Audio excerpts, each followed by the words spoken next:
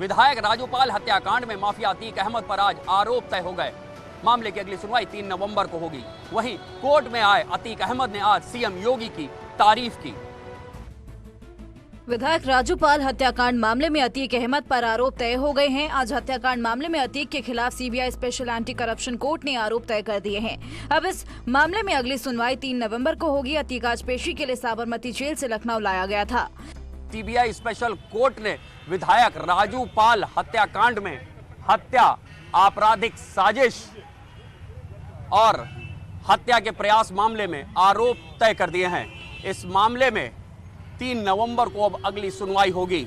बता दें कि साल 2005 में बीएसपी विधायक राजूपाल की हत्या कर दी गई थी। 5 हथियारबंद बदमाशों ने राजूपाल के काफिले पर अंधाधुंध फायरिंग की थी। 25 जनवरी 2005 का जो विधायक राजूपाल हत्याकांड है वो अपने आप में दिल दहलाने वाला है। इलाहाबाद पश्चिम सीट से राजूपाल विधायक था, उसने अतीक के भाई अशरफ को हराया था। वहीं पेशी के लिए पहुंचे अतीक अहमद ने सीएम योगी की तारीफ की है। अतीक ने कहा कि सीएम योगी ईमानदार और बहादुर मुख्यमंत्री हैं। देखिए, योगी आदित्यनाथ एक बहुत बहादुर मुख्यमंत्री हैं। देखिए, योगी आदित्यनाथ एक बहुत बहादुर मुख्यमंत्री हैं। प्रयागराज में सीएम योगी आदित्यनाथ ने संघ प्रमुख मोहन भागवत से मुलाकात की। दोनों के बीच जनसंख्या असंतुलन और धर्मांतरण के मुद्दे पर चर्चा हुई। सीएम योगी आदित्यनाथ ने संघ प्रमुख मोहन भागवत से शिष्टाचार मुलाकात की। गोहनिया के जयपुरिया स्कूल के वात्सल्य परिसर में मुलाकात हुई। दोनों के बीच करीब 1 घंटे तक बैठक हुई। सीएम योगी ने आरएसएस प्रमुख से जनसंख्या असंतुलन, धर्मांतरण समेत कई मुद्दों पर चर्चा की। यूपी के मुख्यमंत्री योगी आदित्यनाथ आज संगम नगरी प्रयागराज के दौरे पर थे। उन्होंने करीब 1 घंटे तक गोहनिया के इसी जयपुरिया स्कूल के वात्सल परिसर में संघ प्रमुख मोहन भागवत से मुलाकात की और उनके साथ विभिन्न विषयों पर चर्चा की। और इस समय आप देख सकते हैं कि वो हेलीकॉप्टर यहां से रवाना हो गया है। सीएम योगी मुलाकात के बाद अब लखनऊ के लिए रवाना हुए हैं। संघ प्रमुख मोहन भागवत से जिन मुद्दों पर बात हुई है उनमें ये बात सामने आ रही कि जनसंख्या असंतुलन जो कि कोर एजेंडा है आरएसएस का, उस विषय पर बात हुई है कि किस तरह से उसकी नीति बने, उसका मसौदा तैयार हो। सीएम योगी ने संघ प्रमुख को अयोध्या में होने वाले दीपोत्सव में आने के लिए औपचारिक तौर पर आमंत्रित किया है। अयोध्या में भव्य राम मंदिर निर्माण की संघ प्रमुख मोहन भागवत को जानकारी दी। उत्तराखंड आ रहे हैं। पीएम मोदी के आगमन को लेकर बद्रीनाथ और केदारनाथ धाम में तैयारियां करीब करीब पूरी हो गई हैं। प्रधानमंत्री कल केदारनाथ आएंगे। पीएम के दौरे को लेकर तैयारियां करीब करीब पूरी कर ली गई हैं। वहीं बाबा केदार के मंदिर को भव्य रूप दिया गया है। इसके साथ ही पूरी केदारपुरी में सुरक्षा के चाक चौबंद इंतजाम किए गए हैं।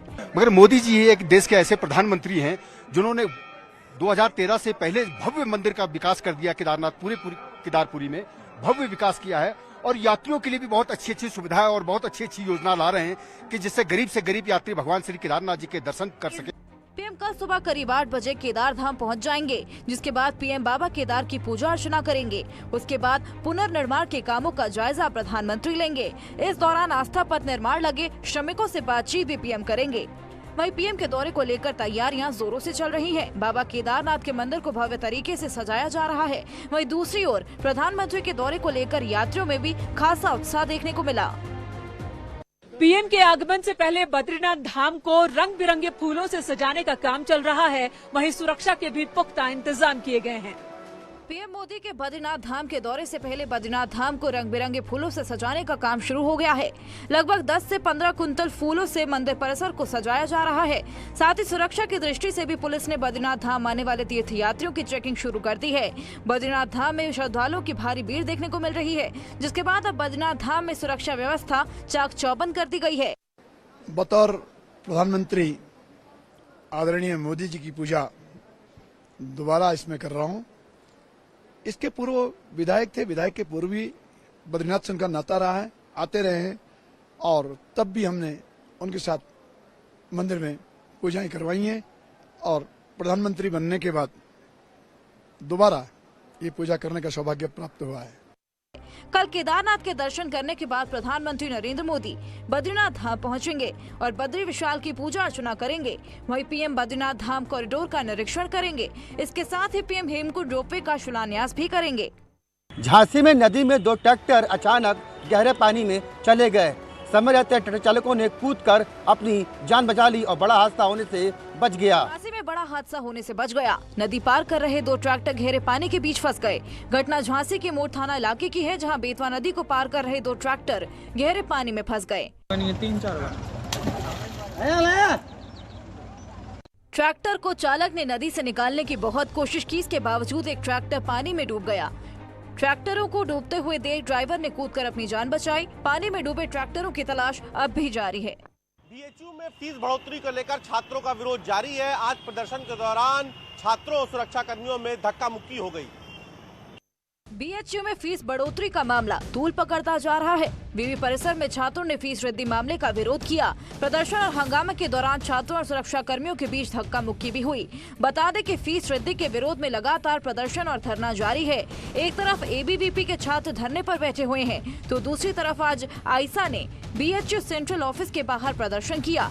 दर्जनों की संख्या में छात्र बीएचयू के सेंट्रल ऑफिस पहुंचकर नारेबाजी करने लगे। सुरक्षा कर्मियों ने जब उन्हें रोका तो धक्का मुक्की शुरू हो गई। इसके बाद छात्र वहीं धरने पर बैठ गए। छात्रों ने बीएचयू प्रशासन पर तानाशाही करने का आरोप लगाया। त्योहार है आने वाले समय में, तो ऐसे स्थिति में आप सब देख सकते हैं किस तरीके से महिलाओं को आगे किया जा रहा है, गार्डों को कि धक्का मुक्की हो, इनके ऊपर FIR हो, फर्जी तरीके से गोलीबार किया जाए। लेकिन माननीय कुलपति महोदय जी को ये नहीं पता है कि महामना का बगिया दान का बगिया है। जब हिटलर शाही सरकार थी, जब अंग्रेजों की सरकार थी, तब भी इस पर टैक्स नहीं बढ़ा करता था। ललितपुर में आज कचहरी परिसर जंग का मैदान बन गया। पेशी पर आए लोगों में जमकर मारपीट हुई है। उधर आजमगढ़ में एक टीचर की महिलाओं ने क्लासरूम के अंदर ही चप्पलों से पिटाई कर दी।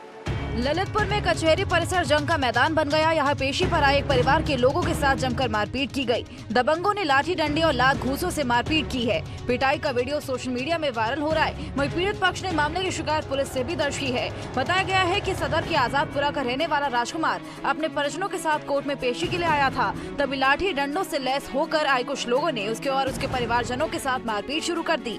इसी दौरान भीड़ में मौजूद किसी व्यक्ति ने मारपीट की इस घटना का वीडियो बनाकर सोशल मीडिया पर साझा कर दिया। वहीं आजमगढ़ के एक स्कूल के क्लासरूम में कुछ महिलाओं ने एक टीचर की चप्पलों से जमकर पिटाई कर दी। टीचर की पिटाई का वीडियो सामने आया, जो कि काफी तेजी से वायरल हो रहा है। टीचर पर आरोप है कि वो क्लास में छात्राओं के साथ छेड़खानी करता है। जैसे इस बात की जानकारी गांव के लोगों को हुई, महिला स्कूल पहुंच गई और टीचर की जमकर पिटाई करने लगी। घटना फूलपुर कोतवाली क्षेत्र के सराया खुर्द प्राथमिक विद्यालय की है। शाहजहांपुर की पुलिस ने अवैध पटाखा फैक्ट्री का भंडाफोड़ किया है। इस छापेमारी में पटाखों का जखीरा बरामद हुआ है। साथ ही 3 लोग गिरफ्तार हुए हैं। मामला शाहजहांपुर के सदर बाजार का है, जहां जानकारी मिली तो कुछ घरों में अवैध पटाखे बनाए जा रहे हैं। सूचना के बाद पुलिस और एसओजी की टीम ने छापेमारी की और भारी मात्रा में अवैध पटाखे और नकली पटाखे बरामद किए। पुलिस ने फैक्ट्री का संचालक करने वाले 3 लोगों को अरेस्ट कर लिया है। पुलिस ने बताया कि 12 क्विंटल पटाखे बरामद किए गए हैं, जिसकी कीमत लाखों में है। इस सिलसिले में हम लोगों ने अपने जो ग्राउंड के इन्फॉर्मर्स हैं उनको एक्टिवेट किया हुआ था और कल बहुत पिन पॉइंटेड इन्फॉर्मेशन पे बाढ़ू जई एक मोहल्ला है थाना सदर बाजार के अंतर्गत, उस मोहल्ले में बिल्कुल तंग गलियों के अंदर 2 जगहों पर पटाखे बनाए जाने की सूचना थी, जिसमें अवैध विस्फोटक भी वहां भंडारण किए जाने की सूचना थी। इस पर तत्काल उसको वहां रेड किया गया और रेड में 3 अभियुक्त गिरफ्तार किए गए। बताया ये भी जा रहा है कि पकड़े गए तीनों लोग फैक्ट्री में हथ गोले बनाते थे और मिठाई के डब्बों में रखकर सप्लाई किया करते थे। फिलहाल तीनों के खिलाफ मुकदमा दर्ज कर जेल भेज दिया गया है और आगे की कार्रवाई अभी भी जारी है। मेरठ में खाद्य विभाग की टीम को बड़ी सफलता मिली है। टीम ने कैंटर से 4800 किलो नकली मावा बरामद किया है। कैंटर को 3 मंजिला बनाया गया था और हर मंजिल में नकली मावा रखा गया था। मेरठ में खाद्य विभाग की टीम ने एक कैंटर से 48 क्विंटल नकली मावा जब्त कर लिया। 48 कुंटल नकली मावे से तैयार मिठाई पूरे शहर को बीमार करने के लिए काफी है। इस नकली मावे को 4 आरोपी मार्केट में खपाने की तैयारी में थे, लेकिन बाईपास पर इन्हें धर दबोचा गया। खाद्य विभाग के अधिकारियों ने ये भी बताया कि कैसे नकली मावा और असली मावे की पहचान प्राथमिक तरीके से की जा सकती है।